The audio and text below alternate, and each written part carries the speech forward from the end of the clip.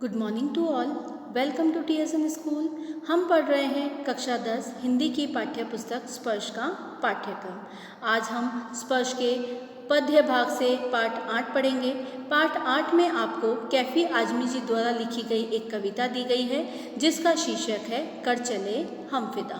यह कविता जो है बतौर एक गीत के रूप में एक फिल्म में भी दर्शाया गया, फिल्म में भी फिल्माया गया है।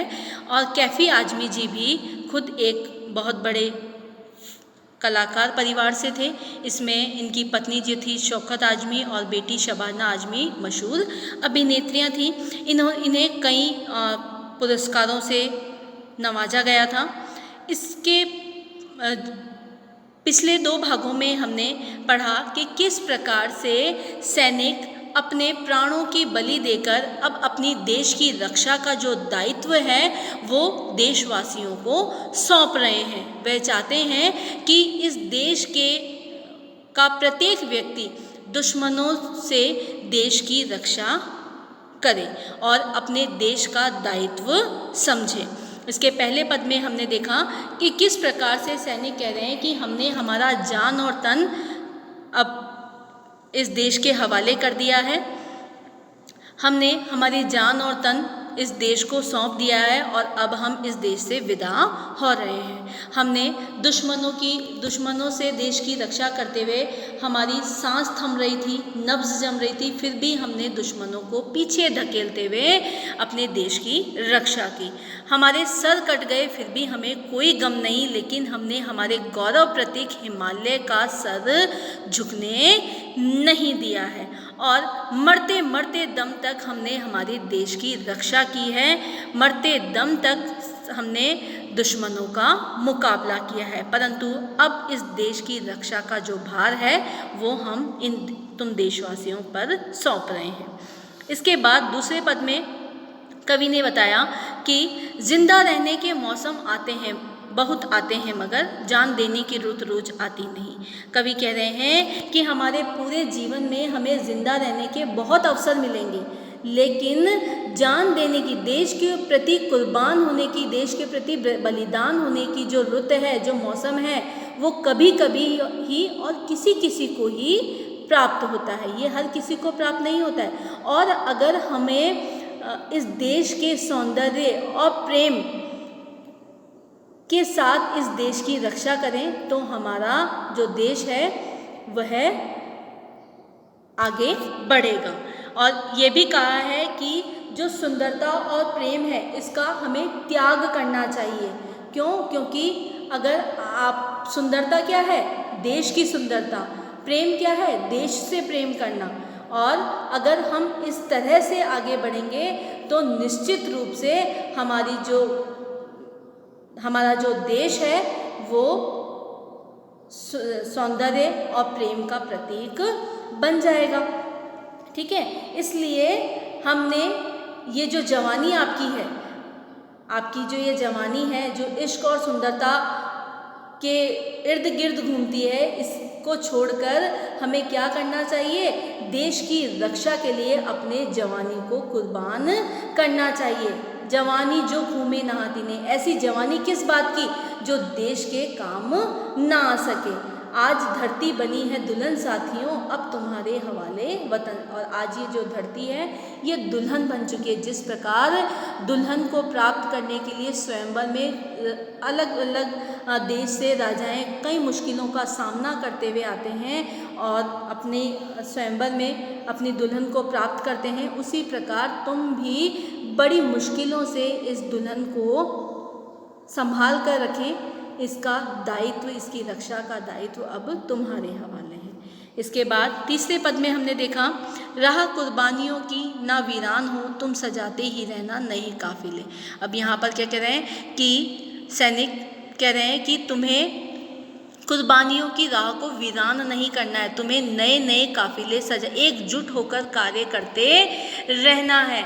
ठीक है, ज़रूरत पड़ने पे इस देश की रक्षा के लिए एकजुट होकर आगे बढ़ना है। तुम्हें बलिदान के लिए हमेशा तैयार रहना है। ये जो सिलसिला है ये हमेशा चलता रहना चाहिए।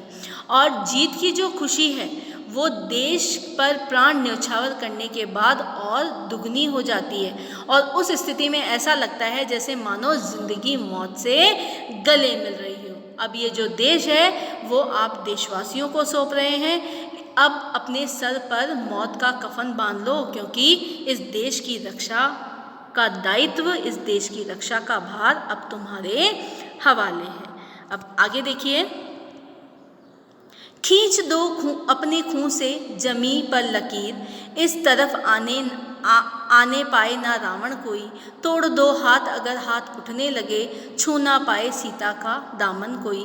राम भी तुम ही लक्ष्मण साथियों, अब तुम्हारे हवाले वतन साथियों। अब इन पंक्तियों में सैनिक देशवासियों को प्रेरित कर रहे हैं। सैनिक क्या कह रहे हैं कि अपने खून से लक्ष्मण रेखा के समान एक रेखा तुम भी खींच दो। आपने देखा होगा कि जब सीता जो स्वर्ण हिरण को जंगल में देखती हैं तो वह उसे प्राप्त करने की इच्छा करती हैं, तो वह चाहती हैं कि जो राम और लक्ष्मण हैं वह उस हिरण को लेकर आएं।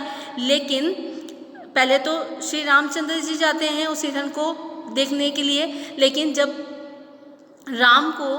लक्ष्मण को राम भगवान की आवाज़ सुनाई देती है तो वह उस चित्रकूट में एक लक्ष्मण रेखा खींच के जाते हैं और उनसे कहते हैं कि इस लक्ष्मण रेखा को पार मत करना। इसी प्रकार जो सैनिक हैं वह देशवासियों को प्रेरित करते हुए कहते हैं कि तुम भी अपने खून से एक लक्ष्मण रेखा खींच दो, ताकि कोई भी रावण रूपी दुश्मन इसको पार करके अंदर ना आ पाए, इस तरफ आने ना पाए कोई रावण कोई। तोड़ दो हाथ अगर हाथ उठने लगे, छू ना पाए सीता का। और सीता कौन है? हमारा देश। सीता का जो आंचल है वह इस देश, ये जो धरती है वह सीता की संज्ञा दी गई है इसको, कि तुम भी अपने खून से एक लक्ष्मण रेखा के समान एक रेखा खींच दो और ये तय कर लो कि इस रेखा को पार कर कोई रावण रूपी दुश्मन इधर ना आ पाए।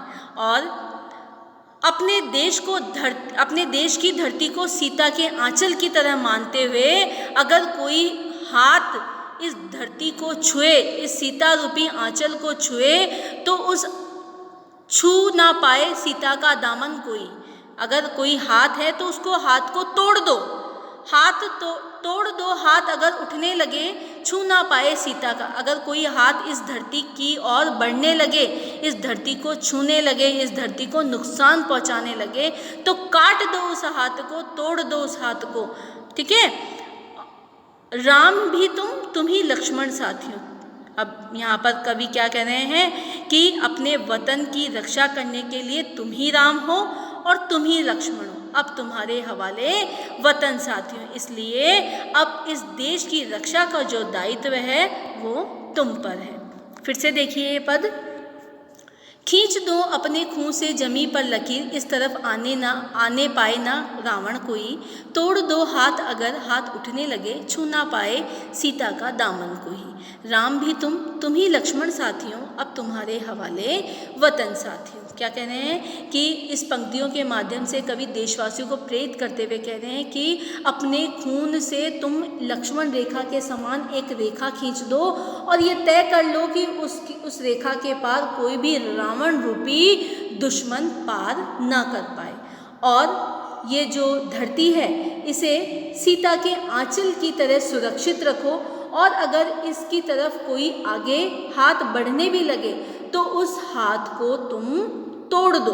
उस हाथ को तुम, अगर इस आंचल को कोई छूने के लिए आगे भी बढ़ाए तो उसे तुम्हें तोड़ देना है। और अपने वतन की रक्षा के लिए तुम ही राम हो और तुम ही लक्ष्मण हो। किसके लिए कह रहे हैं? देशवासियों के लिए, कि तुम देशवासी जो तुम ही राम हो और तुम ही लक्ष्मण हो, अब तुम्हारे हवाले वतन साथियों। अब ये जो देश है, इस देश की रक्षा का जो दायित्व है, इस देश की रक्षा का जो भार है वो तुम पर है।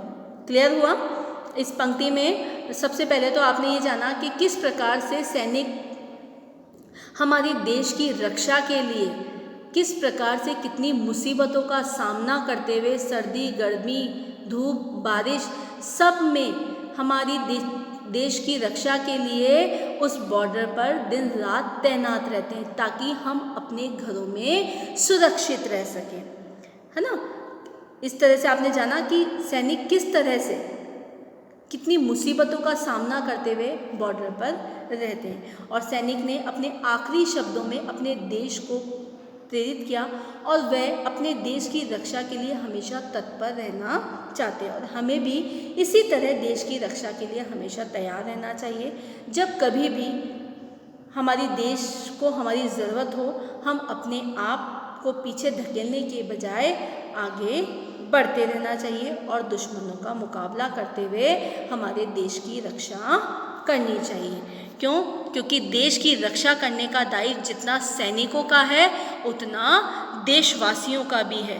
अगर देशवासी हमारे देश की रक्षा नहीं करेंगे, वही भ्रष्टाचार फैलाएंगे, वही दुश्मनों से मिलकर देश का विनाश करेंगे, तो यह है जो धरती है, यह जो देश है, वो कभी भी आगे नहीं बढ़ पाएगा। इसलिए हमें ये नहीं सोचना चाहिए कि सैनिक सिर्फ देश की रक्षा करेंगे। प्रत्येक देशवासियों का कर्तव्य है कि उन्हें अपने देश की रक्षा करनी चाहिए और हमेशा जब भी ज़रूरत हो देश के लिए हमारी, तो पीछे धकेलने के बजाय हमेशा दुश्मनों का मुकाबला करते हुए आगे बढ़ते रहना चाहिए।